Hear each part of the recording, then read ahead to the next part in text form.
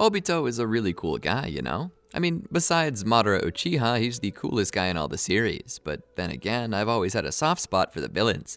Tai Lung in Kung Fu Panda, Davy Jones in Pirates of the Caribbean, Darth Vader in Star Wars. It just seems that my favorite characters were always villains. Maybe that's because all the best villains tend to be characters full of character development. Not only are they the most badass warriors in fiction, that "all I am surrounded by is fear and dead men" quote of Vader's always sends shivers down my spine. They always tend to be the ones who have seen a lot of bad stuff. I suppose Batman said it best: you either die a hero or you live long enough to see yourself become the villain. That's truly what happened to Obito. But, like so many great villains, and the reason why all of Naruto's villains are masterpieces, they have a deepness to them that reminds us of the truth. Just as every hero is only human, capable of mistakes and flaws, every villain is only human as well, being only people lost in their pain, or people well-intentioned who lost their way. Obito, like so many other villains in the story, had his heart-changing moment that returned him to the light side. But what I thought was a wonderful idea presented by one of our wonderful users was the concept that his return to good happened a little earlier.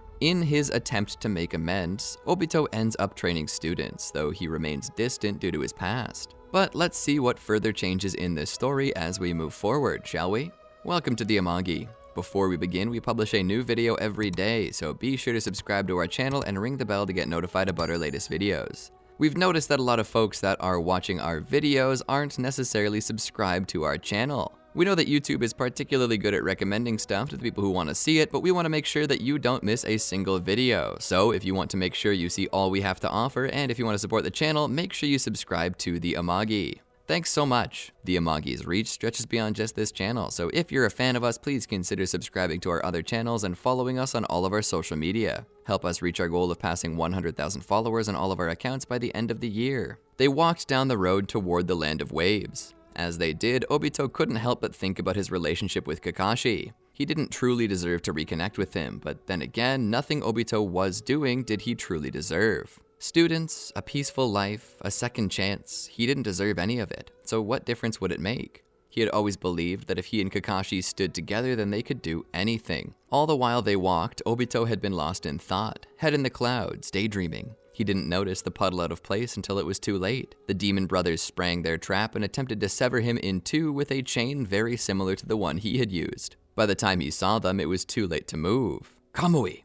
He suddenly went intangible, the chain passing through him like it were nothing. In a moment of instinct, he summoned wooden constructs from the ground, 2 spikes to impale the demon brothers. Sakura screamed in terror. In that moment, Obito realized where he was and what he was doing. He had forgotten that he had brought children with him. Oh well. Looking into the eyes of those nearby, he saw Sakura seemed terrified. She had her eyes closed like she was about to cry. Naruto's eyes were open, though his appearance and half-cocked smile insinuated that while he was freaked out, he certainly hadn't lost his composure. He'll probably throw up later or be unable to sleep, but he would survive. Sasuke, on the other hand, showed no signs of trauma, more so that he enjoyed it, or at the very least thought the technique used to defeat them was interesting. Obito moved to the bodies and checked them out, looking them over. Hidden mist. Perhaps not, but definitely organized. He looked back at Tazuna. These are too highly skilled to be simple bandits. What aren't you telling us, Tazuna? The man sighed. Please, I just need to get home. Not until you explain this to us, Obito said. I couldn't afford Chunin, so I had to settle for Genin. Obito nodded his head in a slightly judging manner. I see. So you decided to put children in danger for a fraction of the price. Intelligent. Tazuna shook his head. No, it's not like that, I swear. I just didn't have the resources. Nobody in my village does. It's a miracle I was able to even get to the Leaf. We're in bad shape in the Land of Waves. A crime lord has taken over. If we build the bridge, we can be free of him, but he won't let us. He's been killing bridge workers. We just need protection.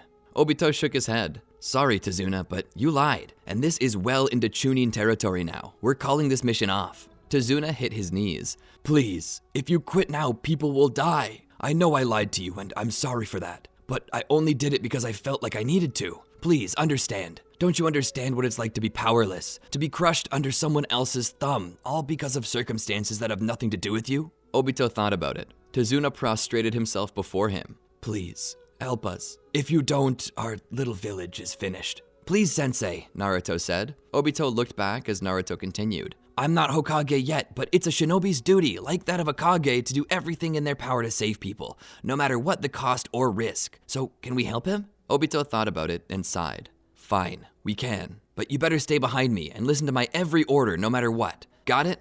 Naruto agreed, as did the rest of Team 7. Obito then walked over to the deceased demon brothers and removed their gauntlets from their hands. He looked at them. This is a bit of an upgrade from 12 years ago. He kept the gauntlets with him. I always did like fighting with chains. Was never as good as with a blade. Maybe now I can finally practice. So together the 5 of them continued on, but eventually they would come across Zabuza, who would be there to stop them. Obito looked at him for a moment. Ah yes, the wielder of the Executioner's Blade, Zabuza of the 7 Swordsmen of the Mist. Zabuza looked at him. Formerly of the Mist, now just a swordsman. How is it that you know of me? Obito smiled. I know a lot of things. Zabuza jumped down. Then you should know by now that I have a contract to kill that old man. Obito looked back at Tazuna. He returned his gaze to Zabuza. Yes, I know. He told me. Didn't expect such a powerful mercenary to be hired though. It seems Gato means business. Zabuza then spoke. I'm relieved that you know as much as you do. It means I don't have to waste time explaining it to you. He unsheathed the massive blade. I hope you've prepared. Obito put his newly acquired gauntlets on his hands. My friend, I've fought people far stronger than you. I doubt I'll break a sweat.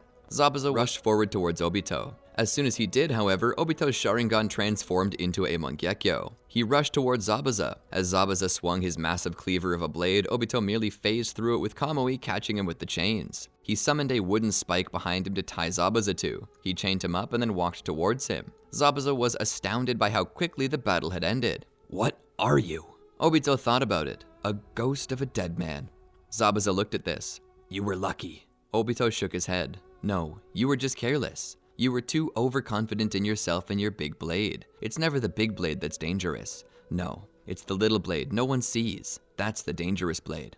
Zabuza smiles. Indeed. Suddenly, Senbon came out of nowhere and struck Obito in his neck, causing him to stumble. Out of the trees, Haku appears and cuts the chain holding Zabuza. By the time Obito recovers, they're gone. Damn it, he exclaims, as if this curse is going to change anything. He sighs, and together with Tazuna, they begin to make their way back to the bridge worker's home. There, he's presented with medical supplies, which Sakura carefully begins to apply.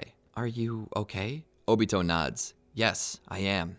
Entire left side of my body still feels numb though. Stupid nerve-based attacks. All the while, Obito is focused on repairing his gear. As he does so, he begins to notice that the gauntlets are massive and clunky. Yeah, they'd make good blunt force instruments, but that doesn't really fit his style. As he repairs the chain carefully, he begins to take stock of how much of this is really required. Given that all the abilities of these gauntlets that he needs are the claws and the chain, he decides to strip it down to a pair of clawed gloves and a set of chains that fit on the wrists like shackles. That's all he really needs. Content with his work, he puts the weapons on his hands. I bet I could even catch that executioner's blade with this thing. What do you think, Sakura? She just smiles and gives him a thumbs up. Obito returns the gesture before wondering where Sasuke and Naruto went. Outside, they're sparring. Just give it up, Sasuke. I'm always gonna be ahead of you, and that's all there is to it. Sasuke scoffs. The longer you believe that, the further ahead of you I'll go. Inari just sits on the porch watching them spar. Considering how strong they all are, he begins to truly wonder if this group of shinobi will be enough to drive Gato out and avenge Kaiza. Obito watches from the door. Are you interested in becoming a shinobi too, Inari?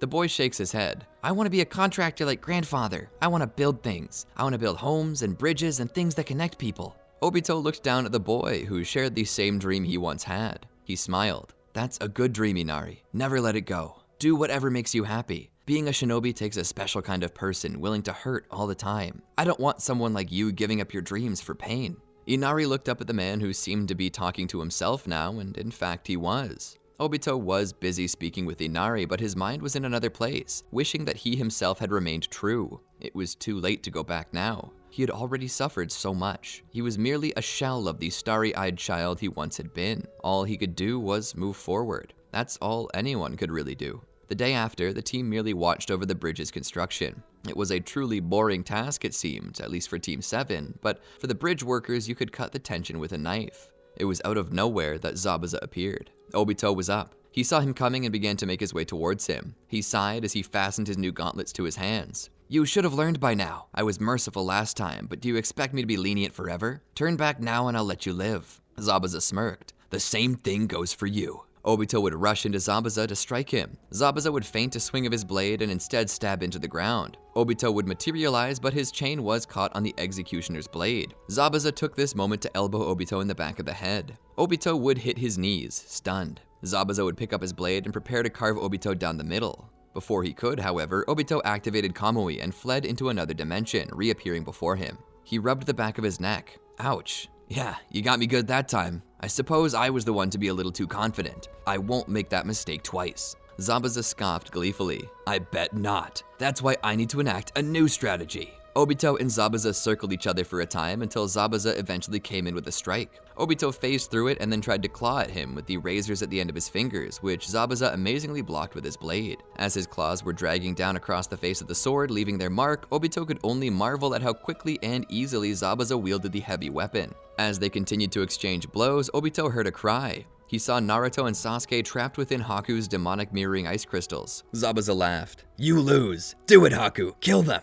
Obito, in a panic, used his Kamui to teleport into the trap where he took the Senbon meant for Naruto and Sasuke. He fell to his knees. Sensei! Naruto and Sasuke cried out. All the while, Zabuza slowly stepped into the ice crystals. Even with your cheesy ability, you couldn't defeat me. Naruto and Sasuke stepped between Obito and Zabuza, but the mercenary knocks them away. You overestimated your abilities, Uchiha. He raised his blade and began to drop it on Obito. Obito lifted his hands, and with his gauntlets, he caught the executioner's blade. He looked up, his Sharingan still active. No, you underestimated me again. Suddenly, from below Zabuza came a wooden spike that impaled him. Upon seeing this, Haku cried out, No! Zabuza! In his rage, the boy rushed Obito. Obito's Sharingan was quick. He lifted his hand, and despite Haku's speed, Obito managed to grab the boy by the throat with his clawed hands. His Sharingan stared at him from the corner of its socket, his face splashed with blood. I'll destroy all the so-called shinobi. A tight squeeze and a yank, he ripped Haku's windpipe clean from his throat. He stood there like a demon bathing in the blood of its victims. This was enough for even Sasuke to show discomfort. Naruto was confused at what he was seeing, and Sakura almost burst into tears. Obito looked back at them. What is it? Did this scare you? It's the shinobi world. You gotta learn to slaughter them before this becomes you. There's no room for weakness.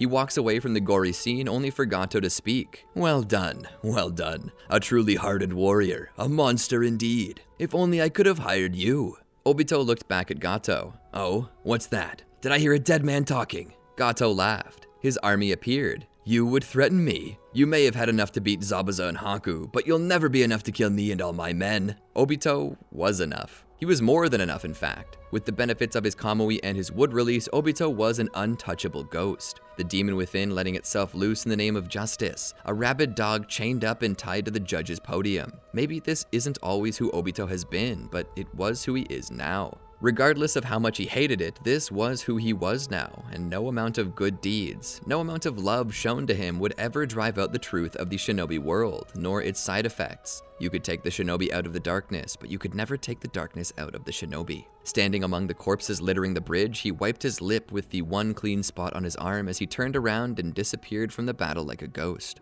Returning to his team, he saw the looks upon their faces. Sakura couldn't stop crying, hiding behind Tazuna. Sasuke was avoiding eye contact, and Naruto couldn't stop making eye contact, the front of his trousers stained with pee. Obito took a breath and sighed, returning to the home of Tazuna where he would have his shower and change into an extra set of clothes he had brought in his bug-out bag. Looking at his former outfit, the blood, he knew there was no saving them, so he just tossed them away. It was very quiet that night, and it was quiet the day after as they returned home. Obito found himself back in Konoha, in the bar. He sat on the stool and just asked the bartender to leave the whole bottle. Eventually, the door opened up and Minato stepped in. He asked if the seat beside him was taken. Obito motioned for him to sit before lipping the neck of his sake bottle. Naruto told me what happened, Minato said. Obito scoffed. Let me guess, he required a transfer. Minato shook his head. No, he actually didn't. He thought it was an important lesson to learn. Obito sipped his drink again. He would have learned it eventually. Minato sat there silently for the span of 10 seconds. What's wrong, Obito? Is something bothering you? Obito put his drink down and looked at the bar table. What happened to Zabuza? To Haku? What I did? That was the real me. I thought I could change it, but I was merely lying to myself. Minato shook his head. No, it can be. You just slipped in the heat of the moment. It's happened to men far greater and far lesser than you. Obito looked at Minato with a face skeptical of his reasoning, devoid of care. I'm not depressed, nor am I upset at what I did. Disappointed? Maybe. Upset? Not in the least. After all, I walked in the darkness of the shinobi world for so long, one might believe that I actually am the darkness. No matter where I go, no matter which side I fight for, bodies begin to stack up. I don't care what Naruto said, what any of them said. I know how they saw me, what they felt. It was written all over their faces. They may not be willing to drop me, but I am. I'm done. Minato was startled. Huh? Obito said it once more. I'm done. Minato shook his head with a sigh. You really have changed, Obito. You really have changed. Obito looked at him from the corner of his eye. What's that supposed to mean? Minato took his bottle and downed a guzzle from it before wiping his mouth with his sleeve. You changed from the boy you used to be. No matter what side you take, you'll always be Toby, won't you? You're not even trying anymore. You're just gonna keep doing the same thing you've always done since you returned to the Leaf. You're gonna do here what you did in the Anbu and what you did to Kakashi. You're gonna run away. Obito stood. I'm not running away, he shouted. His finger pointed to Minato's face. Minato took one look at the finger and turned his gaze upward. If you don't move that finger away from my face in the next 3 seconds, you're gonna lose it.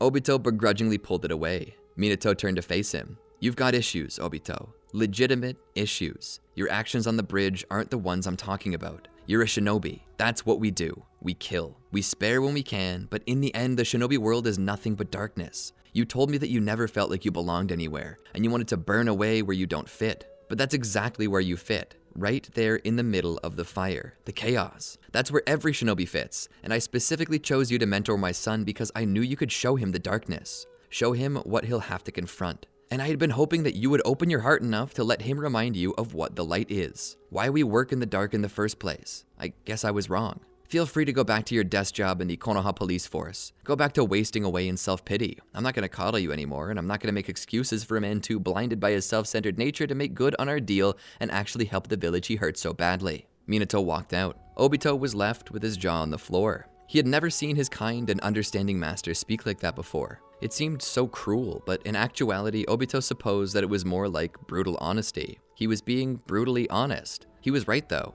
He had made mistakes, and it was time that he dealt with them. He paid for the sake and left the bar. He walked into Ichiraku Ramen and sat down. There, Kakashi was already sitting. You called me here, Kakashi asked. Obito nodded. I feel I need to say something. Something I should have said 12 years ago. Kakashi turned to face him. I'm listening. Obito went to start, but took a deep breath and stopped. He looked up at Teuchi. Do you mind? Teuchi gave them a thumbs up and stepped out back. He knew he could trust these two. No need to stay guarded. Obito watched as the back door closed. He felt bad about that, but he desired privacy. He looked down to the table and spoke again. The reason I ended our friendship was because of me, not you. Kakashi continued to listen. I made a lot of mistakes, Kakashi. Kakashi gave a short chuckle. We all have, Obito. Obito sat up and faced him. No, not like I have. He stopped and thought about what he was going to say. Remember when Minato-sensei said that Madara Uchiha attacked the village 12 years ago and was killed by him? Kakashi nodded. Obito continued. It was a cover-up. Madara never attacked the village. Only someone bearing his name. Kakashi leaned in closer in curiosity. Who was it then? Obito looked down. It was me. Kakashi seemed to recoil from this revelation. Obito looked up. It was me. I released the nine-tailed fox from Kushina, and I commanded it to destroy the leaf. I had believed that by gathering all nine-tailed beasts together that I could have Rin back, but it was foolishness. A lie. I knew it, but I needed something to believe in. Kakashi looked at him in shock. Obito continued. That's why I've been avoiding you. Why I've been running away from everyone and everything. Minato-sensei helped me realize today that I was still running. Not from you or from my team, but from myself, my past. But I don't want to run anymore. I want to make amends. I want to help the people I've hurt, and I need your help. Kakashi would seem startled by this truth, speechless. Obito would sigh. I get it. I'll just go. He stood and went to leave, but suddenly he felt arms wrap around him. Obito, we're stronger together. Remember? You said that. We'll be unbeatable so long as we stand side by side. I won't abandon you again. Obito felt his eyes overrunning with tears. Outside in the alleyway, Minato listened to the conversation and smiled. Attaboy. You're no longer running, Obito. And so Obito and Kakashi continued to reconnect, forming a relationship akin to brothers. Obito eventually returned to his team, and during the time they spent working, whatever Obito was, whatever he had become, was accepted by his team, who came to understand that this was what the shinobi world truly was, and this was what they would need to deal with in order to survive in the real world. Eventually, the years went by and Team 7 finally made Chunin, but during that time, Sasuke and his family were hit hard with the unexpected passing of Itachi due to a previously undiagnosed illness. Obito remembered coming to Sasuke and asking if he were okay, and Sasuke merely stating, "This is not how I wanted to surpass him." Obito had never seen Sasuke cry before. Sasuke had finally become the sole hope to Fugaku's legacy being passed on, but despite this, Sasuke felt like he could never truly catch up to his brother, nor that he could ever live up to expectations. He was now in an eternal race against a ghost, his brother having died while on top, unable to ever be truly surpassed. Or so Sasuke believed. Whether or not Sasuke ever surpassed what Itachi was in life was totally up to Sasuke, but even if he did, he would never feel worthy of it. That was a feeling Obito knew all too well, which is why he continued to encourage Sasuke. The loss of his brother had awakened a Mangekyo Sharingan within him, and while Sasuke felt alone in this pain, Obito would every so often flash his own Mangekyo at Sasuke whenever he would see him enter his funk, to remind him that there was still one who understood. All while this was happening, Black Zetsu had not spent his time doing nothing. He had convinced Nagato that he was the manifestation of the will of the Sage of Six Paths, which he could display with his vast repository of knowledge. He eventually convinced Nagato to begin attempting to capture the tailed beasts, which he mostly managed to do, but one tailed beast in particular was eluding him, and this was the Ninetales. Kakashi and Obito would often stick close, and despite everything he had done, Obito could finally feel the stains of time being washed away as he found a place to belong. He once more began looking forward to the mornings that he got to train with his team and with Kakashi. But the past doesn't always stay in the past, and no matter how much you wish to forget it never forgets you. It was this day that the skies opened up, and from within came the six paths of pain. The entire village was aflame due to the power of the six paths. The moment he saw this, Obito felt like he might throw up. "Who is that?" Kakashi asked as he looked into the sky at the Diva Path. Obito swallowed. "That's Nagato. When Madara perished, he told me he had transplanted his Rinnegan into a young Uzumaki boy in Amagakure, and to use him when the time came to resurrect Madara. But it seems he's found his way to us." Kakashi would listen. "Boy, you really botched stuff up, didn't you? Why didn't you mention this?" Obito looked to Kakashi. "I did, but Minato couldn't do anything about it. By the time he learned of it, Nagato was already the leader of the Akatsuki, a peace-loving group that at the time was officially sanctioned under Ame's forces. To move against Nagato at that time would have been an act of war." Kakashi looked up to the sky. "Well, whether we waited or not, war comes all the same. Let's go."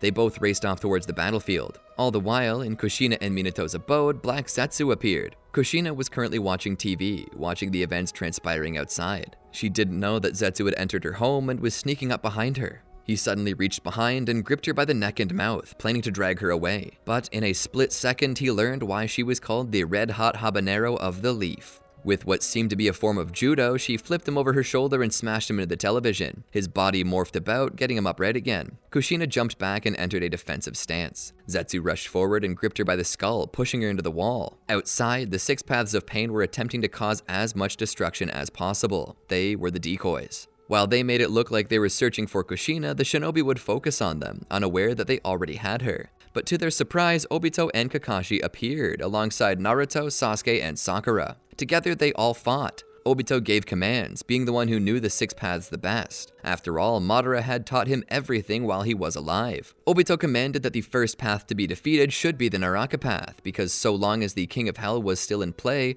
all destroyed paths of pain could easily be resurrected. And so, both Kakashi and Obito would focus on that one while the rest of Team 7 bought them time. Back at Kushina's home, she stumbled into the kitchen where she grabbed a frying pan. All of her years off the battlefield had done a lot to rust her skills, but her time as a mother had taught her a brand new set, and the two weren't mutually exclusive. Holding the pan, she instinctively called upon the power of the Ninetales and entered her version 1 cloak, being capable of knocking him back a bit, but despite her power, she couldn't quite take care of him by herself. She tried desperately to remember how. She formed a Rasengan, just as Minato had taught her all those years ago, and went to strike him with it, but Black Zetsu pushed it away, causing her to blow out half the house. Back in the battle, Obito and Kakashi stood over the ruined Naraka path. Obito looked back. "Naruto, go check on your mother. This is a feint. They're here for her. Go take her to a safe place." Naruto nodded and left the battlefield. Obito, Sasuke, Kakashi, and Sakura all stood there as the rest of the Anbu mobilized. Obito looked to Sasuke and Sakura. "Go help the Anbu push back the other paths. Me and Kakashi will take the Diva." Sasuke and Sakura nodded. They turned and began to rush off. Obito looked back at Kakashi. "Are you sure you want to stick by me, Kakashi? The Diva is the most dangerous one of all." Kakashi put his hand on Obito's shoulder. "That's exactly why I'm going to stick by you. I don't want you dealing with this alone." Obito smiled as his Mangekyo activated. "Shall we then?" Kakashi lifted the sash covering his left eye. "Let's do it." They turned and rushed towards the Diva path.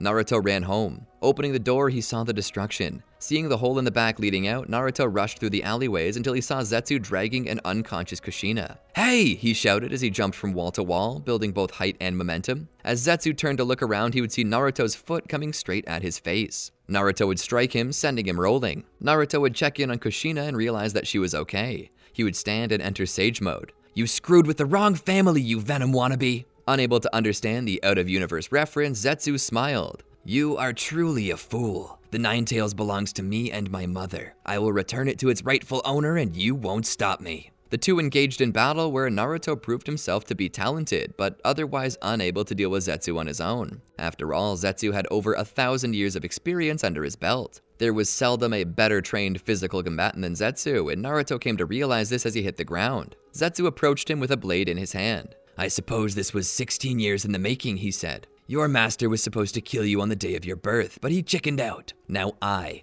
the one carrying out the will he threw away, will finish it for him." Naruto spat at Zetsu. "Don't you dare say Obito-sensei's name. He may have made some mistakes, but he's more of a man than you'll ever be." Zetsu stopped and listened to what he said.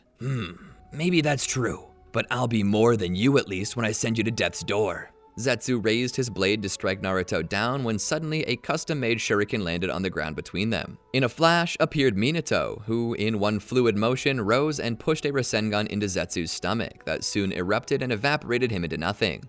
Minato turned back. "Naruto, are you okay?" Naruto nodded. "I'm fine." Minato helped him sit up before rushing to Kushina, relief displaying upon his face when he came to realize that she was okay too. "She's okay, now help me get her into the house." Naruto shook his head. "Sorry, Dad, but Obito-sensei needs me. I'll see you later." Naruto rushed off. Obito and Kakashi were caught between a rock and a hard place. The Diva Path was powerful, but Obito and Kakashi's teamwork was impeccable. Both sharing an ability, they used it to their advantage. As chakra rods came for them, Kakashi would use his long-range Kamui to teleport them away. Obito would then go strike Diva Path only to fake him out and pass right through him with a short-range Kamui, allowing Kakashi to get the strike. Then, from behind, Obito would manifest the chakra rods that Kakashi had teleported away and pin Diva to the ground by his hands. Kakashi would then prepare a Chidori to finish him off, but Diva Path would use his almighty push to knock them both away. "If you wish to fight me together, then you can perish together." The Diva Path would pull free from the chakra rods and would utilize Chibaku Tensei to lock them both within a miniature moon. As the stone around them began to crush, Obito reached out and grabbed Kakashi's hand. "I'm sorry, Kakashi. This is my fault." Kakashi looked to his friend, unable to move. "No, Obito. This isn't you. I'm with you to the end." Outside, Pain watched as the Chibaku Tensei rose into the sky. Naruto rushed over and witnessed this, sensing their chakra from within. "Sensei!" he called out. There was silence, but suddenly, the Chibaku Tensei began to pull apart. From within, a massive azure Susanoo appeared, clawing its way out. And within the Susanoo stood Kakashi and Obito, hand in hand, both Mangekyo Sharingan burning with crimson light. Pain attempted to bring the remnants of the Chibaku Tensei down on the Susanoo, but the massive chakra avatar turned around and threw shuriken up at the falling stones, teleporting them out with Kamui. The Susanoo rushed towards Diva and utterly stomped him into ashes. The battle was over, and the rest of the team celebrated. Everyone but Obito, who knew better. When nobody was paying attention, he turned and left the village, headed somewhere. Coming to a massive tree that was formed of paper, he stepped in to see Nagato and Konan. Konan seemed defensive, but Nagato told her to stop, as there was likely nothing they could do to stop him. Obito stepped forward. Nagato looked down at him from his puppet walker. "Have you come to kill me?" Obito shook his head. "No, I've come to let you kill yourself." Konan grew defensive. "Are you so cruel? Do it yourself if you have the gonads." Obito shook his head again. "You misunderstand. I know you've gone through pain, and I know you feel like it's too late, but it's not. I've known pain too." Nagato listened to him. "I know your two great pains, Nagato. Your first was the loss of your parents during the Second Great Ninja War, and your second was the loss of Yahiko during the third." Obito took a breath. "I too know pain. My great pain was the love of my life, Rin Nohara. While away, recovering from an injury, she was hunted down and captured by the Hidden Mist, who implanted her with a tailed beast. They planned to use her as a weapon against my village. By the time I arrived to save her, she'd been killed by my best friend. He unintentionally helped her commit suicide, and for the longest time, I lost faith in the world. I attempted to burn it down, just as you are now. I killed so many people, but eventually found my master who reminded me who I am and who Rin wanted me to be. I could never make up for what I've done, but I have returned to the old Obito I used to be, and will never rest until I bring peace to this world. And now I'm going to ask you the same question my master asked me. If Yahiko were here, would he be able to love the Nagato you've become, or would he turn from his brother in disgust? Nagato thought about this. He remembered the man of peace Yahiko had once been and knew in his heart that Yahiko would never support what he was doing. It's too late to go back, Nagato said. Obito nodded. Perhaps, but it's not too late to move forward, to jump tracks and end up on the proper path. He extended his hand to him. Will you join me? Nagato thought for a moment. You're right. I should return to the path, but I will not take your hand. Instead, I'll walk my own path. He put his hands together. I will restore the dead that I've killed and pay for my crimes. Then I will be with Yahiko again, and we'll both entrust you to take up our cause. Bring peace, Obito. And with that, all the dead were revived, and Nagato perished. Obito took a deep breath. He looked to Konan. What about you? Where will you go? She shook her head. I do not know. Obito extended his hand to her. Come with me. Let me show you where I went. Maybe you'll get an idea. After all, we both must bear the dreams of Yahiko and Nagato.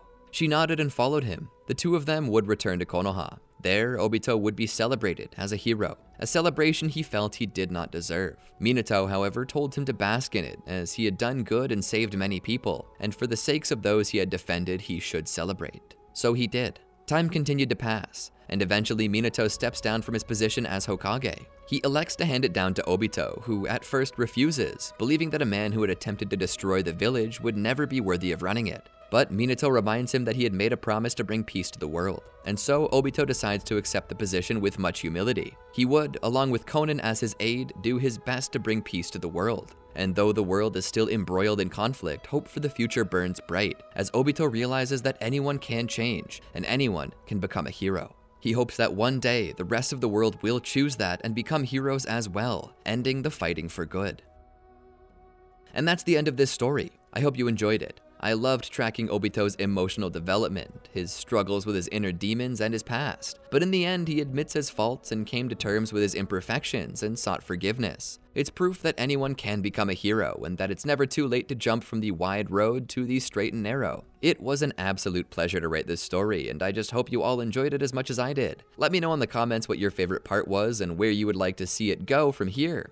Until next time, peace out. Did you enjoy our video? Well, then be sure to check out these other great videos from the Amagi, and make sure to subscribe and ring the bell to get notified about our latest videos.